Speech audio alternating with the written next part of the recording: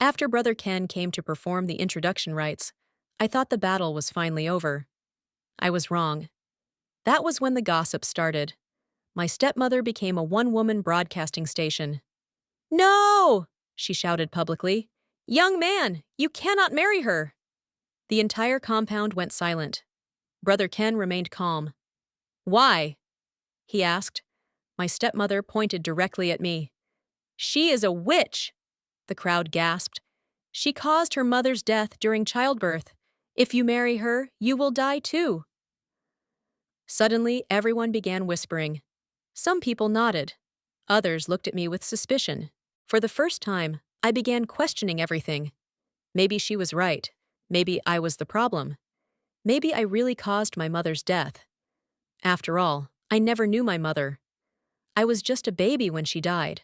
How could I prove otherwise? That night, fear consumed me. Not fear for myself. Fear for Brother Ken. This man had shown me kindness when nobody else did. He respected me. He believed in me. He loved me. And the thought of losing him terrified me. "My dear," Sister Maureen said softly, "I would rather lose him than be responsible for his death." Sister Olucci nodded. "So what did you do?" "I decided to run away." "Run away?" "Yes. If I disappeared from his life, then he would be safe." That night, while everyone slept, I quietly began packing my belongings. A few clothes, some personal items, the little things I could carry. I was preparing to leave forever. Then something happened. Just as I was about to finish packing, I heard a voice behind me. "Maureen!" I nearly jumped out of my skin. Standing at the doorway was Brother Ken. "My dear!" Sister Olucci shouted. "Yes, oh!" To this day, I still don't know how that man always knew where to find me. Both women laughed. I looked at him. "What are you doing here?" He stepped closer. Then he said words I will never forget. "I will be the happiest man alive if I marry you." Tears immediately filled my eyes. He continued, "I don't care if people call you a witch. I don't care what they say. I don't care what they believe. I know who you are." Then he held my hands. "And I must marry you." For a moment, the world stood still. Part of me wanted to believe him. Another part of me wanted to run. Years of rejection had taught me not to trust easily. But there was something different about Brother Ken. His actions matched his words. His character spoke louder than any promise. "My dear," Sister Maureen said, smiling, "for the first time, I met a man whose mouth and behavior were speaking the same language." Both women laughed. Slowly, I made up my mind. I would marry him. Just when I thought the obstacles were over, my father introduced a new one. My father called Brother Ken and said, "Young man, I have a condition." Brother Ken smiled. "What is it, sir?" "I want my daughter to attend university before marriage." Brother Ken didn't even hesitate. "No problem, sir." My father was surprised. "No problem?" "No problem. I have already made plans for her education. My daughter will go back to school." My dear, at that moment, my father looked more shocked than I was. Even my stepmother nearly choked.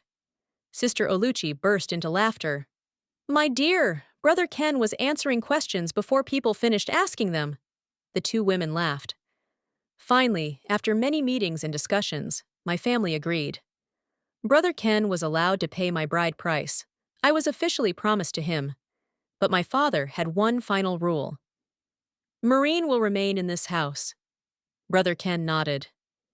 "Until you fulfill your promise and send her to university, she will not move in with you." Again, Brother Ken agreed. Months passed. Our relationship continued to grow stronger. Then one day, Brother Ken called me. "Maureen, come and visit me in the city." I was excited. The city! At that time, visiting the city felt like traveling to another country. I spent hours deciding what to wear. I wanted to look beautiful. I wanted to impress my future husband. "My dear," Sister Maureen laughed, "I changed clothes so many times that even my mirror became tired of looking at me." Both women laughed. Finally, I arrived in the city. Brother Ken welcomed me warmly. Everything seemed perfect. Until he took me to a place I never expected. Sister Alucci leaned forward. What happened? My dear. Sister Maureen paused dramatically. I received the shock of my life. What kind of shock? The kind of shock that made me question whether I truly knew the man I was about to marry. Sister Alucci's eyes widened. No. Yes. What did you see? Sister Maureen smiled. My dear, that story is for another day. Everyone said Brother Ken would die if he married Maureen. He ignored them all and paid her bride price. But during a visit to the city, Maureen discovered a secret that left her completely shocked. What did she find? Stay tuned for part 4.